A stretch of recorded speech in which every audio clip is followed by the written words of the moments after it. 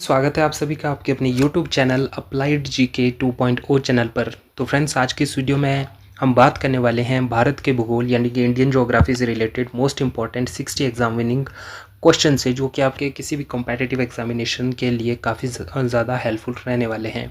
If you are preparing for any kind of government examination, SSL, CGL, CHSL, bank PO, any kind of competitive examination, so this video will be very useful because this is very much important topic for your upcoming competitive examination, क्योंकि बहुत सारे questions जो है geography से भी देखने को मिलते हैं।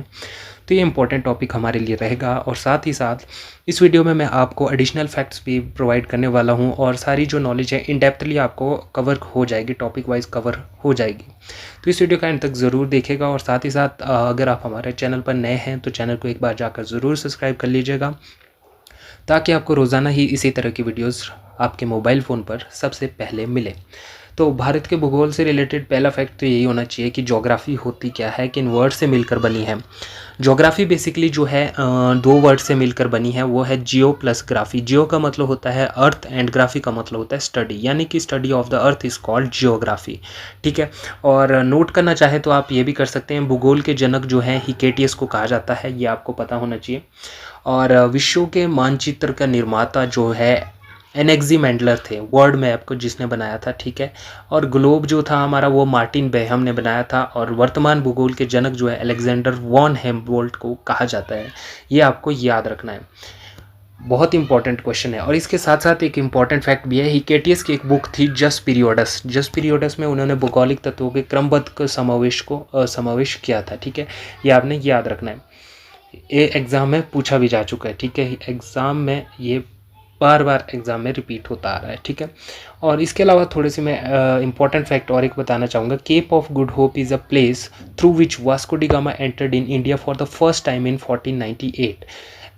केप ऑफ गुड होप एक ऐसी जगह है भारत की जो कि जहाँ पे वास्को डी गामा सबसे पहली बार भारत पहुँचे थे। ठीक है, 1498 ईस्वी में। ठीक है, तो वहीं से हमारा जो है भूगोल हिस्ट्री जो है वहीं से थोड़ी सी स्टार्ट होती है, तो इसलिए मैंने ये थोड़ा सा फैक्ट इसमें एंटर कर दिया।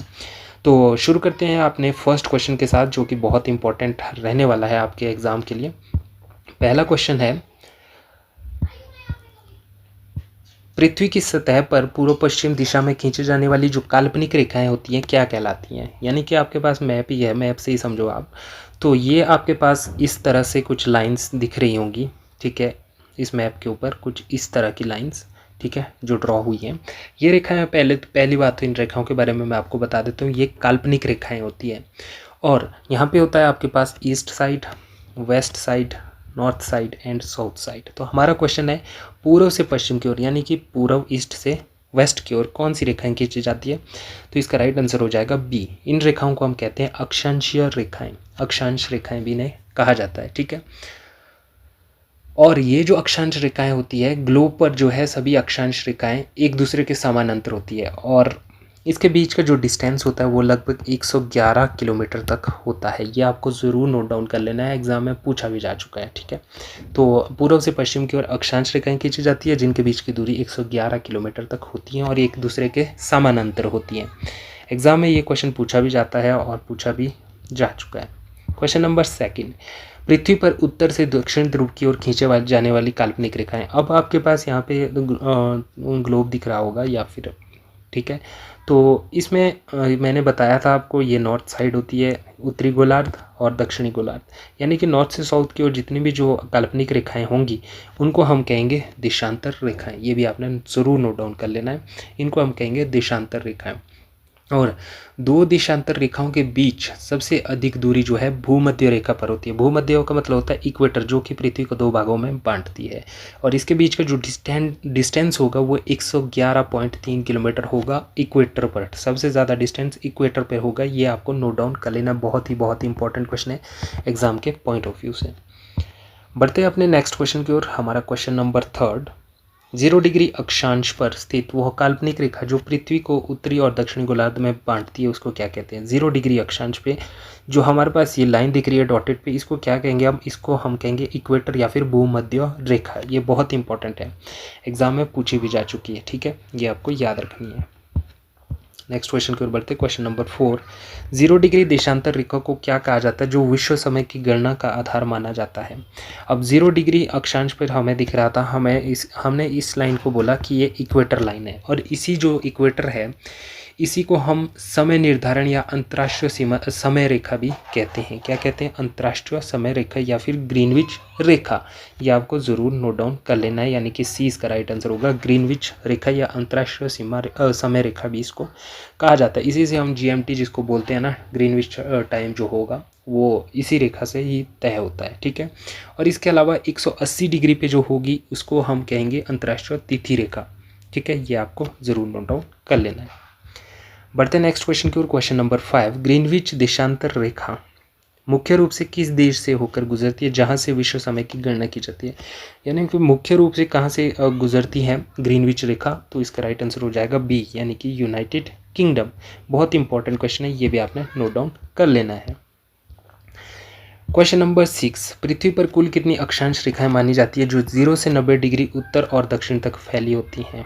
तो पृथ्वी पर जो अक्षांश रेखाएं होती हैं वो जो है करीब 180 मानी जाती हैं, ठीक है, 0 से 90 डिग्री के बीच में, ठीक है। ये आपने याद रखना है।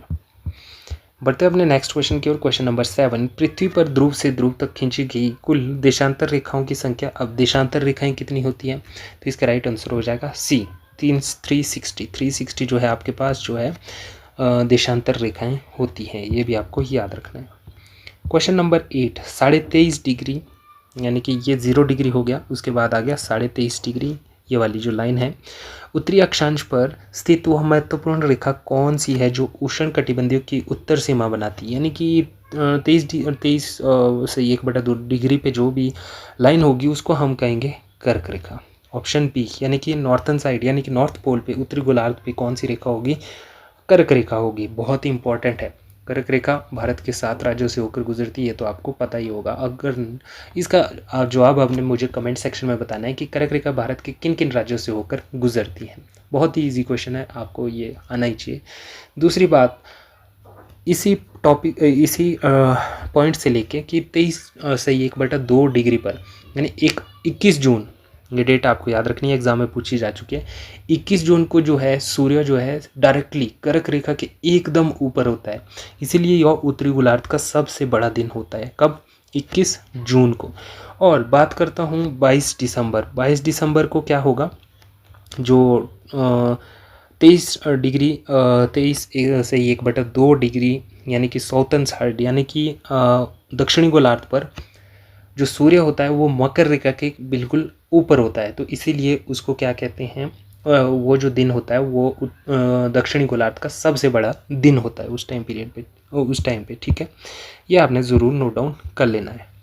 क्वेश्चन नंबर 9, 23 1/2 डिग्री दक्षिणी अक्षांश पर वो अक्षांश रेखा कौन सी है जो उष्णकटिबंध की दक्षिणी सीमा बनाती है, ठीक है।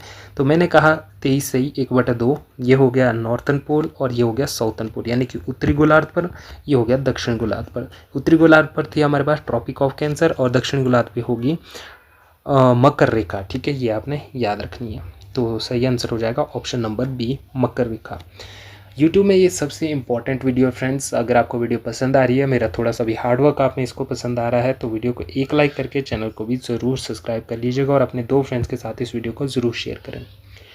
क्वेश्चन नंबर 10, 66 1/2 डिग्री उत्तरी अक्षांश पर महत्वपूर्ण जो अक्षांश रेखा है उसको क्या कहा जाता है।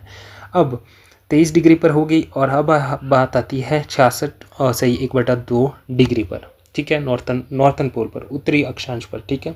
तो उस रेखा को हम क्या कहेंगे? उस रेखा को हम कहेंगे आर्कटिक वृत्त। कौन सा वृत्त? आर्कटिक वृत्त। ये आपने ज़रूर नोट डाउन कर लेना है, एग्जाम के पॉइंट ऑफ व्यू से काफ़ी ज़्यादा इंपॉर्टेंट रहने वाला है। इन रेखाओं के बारे में आपको पता होना ही चाहिए। क्वेश्चन नंबर 11, 66 1/2 डिग्री दक्षिणी अक्षांश पर स्थित महत्वपूर्ण अक्षांश रेखा को क्या कहा जाता है? यहाँ पे थे हमारे पास आर्कटिक वृत्त और अब चले हम इस साइड में, ये हो गया साउथर्न साइड और ये हो गया नॉर्थन साइड। नॉर्थन साइड पे था आर्कटिक वृत्त और साउथर्न साइड पे होगा कौन सा? तो उस टाइम उस रेखा को हम कहेंगे अंटार्कटिक वृत्त। कौन सा वृत्त? अंटार्कटिक वृत्त। ऊपर वाला आर्कटिक वृत्त और नीचे वाला अंटार्कटिक वृत्त, ठीक है। ये आपको नोट डाउन कर लेना है। क्वेश्चन नंबर 12, भारत भौगोलिक दृष्टि से मुख्य रूप से किस गोलार्ध में स्थित है? अब भारत की हम बात करें जोग्राफिकली तो किस गोलार्ध में स्थित है, यहाँ पे आपको मैप में दिख रहा होगा थोड़ा सा, ये हमारे पास आ गया उत्तरी गोलार्ध, ये आ गया दक्षिणी गोलार्ध, और बीच में भूमध्य रेखा है, और हमारा जो इंडिया है वो कुछ एशिया में इस साइड पे है, इस पॉइंट पे है, ठीक है, इस पॉइंट पे, ठीक है। तो ये आ गया हमारे पास उत्तरी गोलार्ध में, ठीक है। तो 12th का राइट आंसर हो जाएगा ए, उत्तरी गोलार्ध, ठीक है, ये आपको याद रखना है। बढ़ते क्वेश्चन नंबर 13, भारत का मानक समय निर्धारित करने के लिए किस देशांतर रेखा को आधार माना गया है? तो वो हो गया हमारे पास, कौन सी रेखा थी वो? तो वो होगी ऑप्शन नंबर बी, 82 डिग्री 30 ई पर, ठीक है, यानी कि इस जगह पर, कुछ इस जगह पर मैप में जो होगा। तो भारत का जो समय मानक है वो जो है किस देशांतर रेखा को आधार माना जाता है? तो ये वाली रेखा है 82 डिग्री 30 ई पे, ठीक है, ये आपने याद रखना है। और क्वेश्चन नंबर 14, भारत की इस मानक समय रेखा यानी कि इस वाली रेखा को पूर्व देशांतर लगभग किस शहर के पास से गुजरती है? तो वो गुजरती है मिर्ज़ापुर उत्तर प्रदेश, इस जगह से, ठीक है, यूपी से होकर गुजरती है। ये इंपॉर्टेंट क्वेश्चन है। क्वेश्चन नंबर 15, पृथ्वी अपने अक्ष पर एक चक्कर पूरा करने के लिए कितने समय पूरा करती है, जिसके कारण दिन रात बनते हैं? पृथ्वी जो है अपना जो चक्कर है वो 24 घंटे में करती है, जिसके कारण ही पृथ्वी पर दिन और रात होते हैं, ये आपको याद रखना है।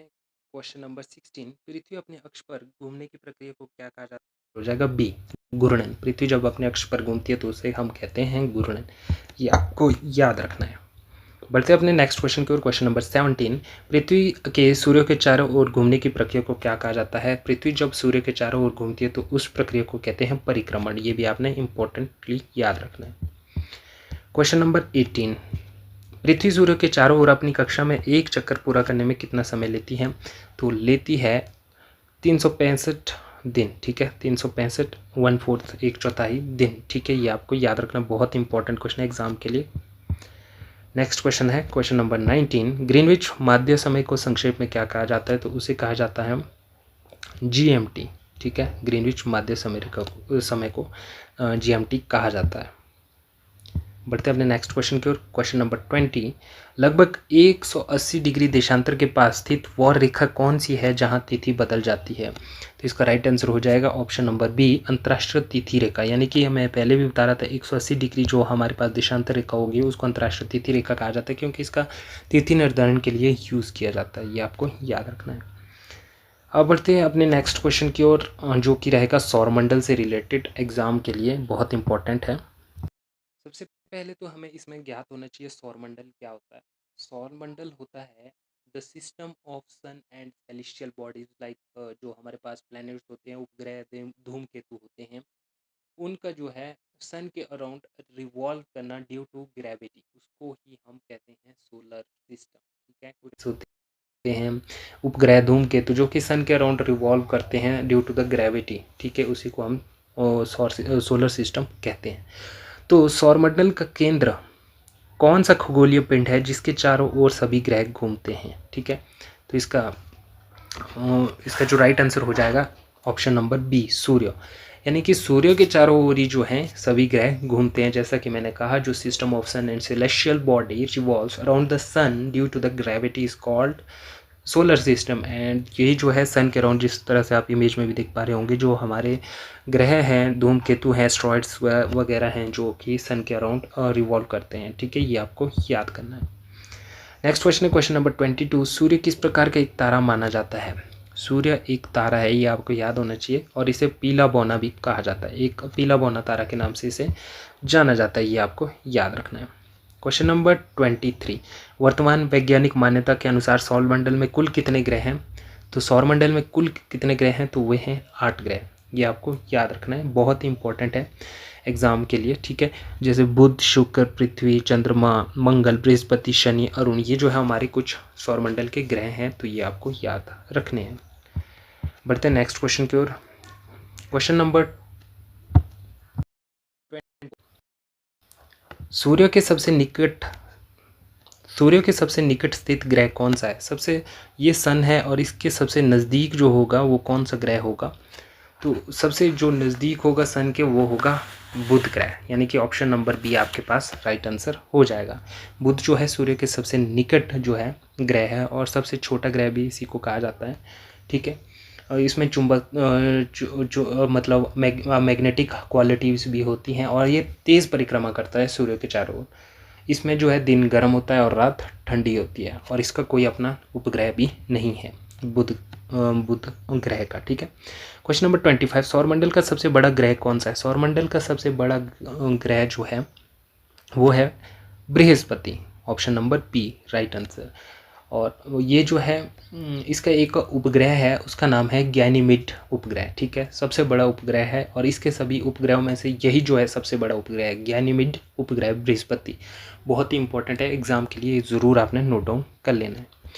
क्वेश्चन नंबर 26, लाल ग्रह के नाम से कौन सा ग्रह प्रसिद्ध है? लाल ग्रह के नाम से सभी को पता होगा, ऑप्शन नंबर बी मंगल ग्रह जो है लाल ग्रह के नाम से बहुत ज़्यादा प्रसिद्ध है। बहुत ही इंपॉर्टेंट है एग्जाम के लिए, बहुत बारी एग्जाम में पूछा भी जा चुका है। और इसका लाल कलर क्यों होता है? इसमें एक चीज़ होती है आयरन ऑक्साइड। क्या होता है? आयरन ऑक्साइड, जिसके कारण ये लाल होता है, ठीक है। इसमें जो है फोबोस डोमोस ये जो है इसके कुछ मतलब उपग्रह हैं, ठीक है।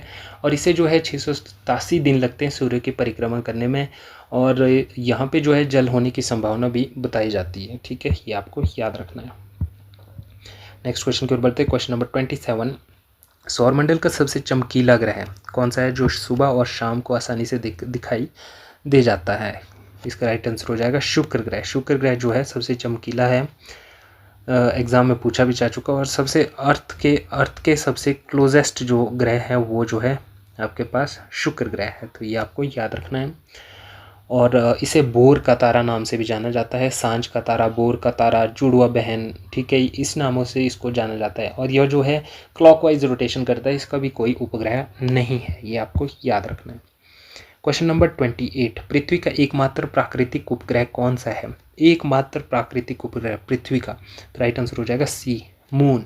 ये जो है पृथ्वी का एकमात्र उपग्रह है। बहुत इंपॉर्टेंट क्वेश्चन है, एग्जाम में पूछा भी जा चुका है।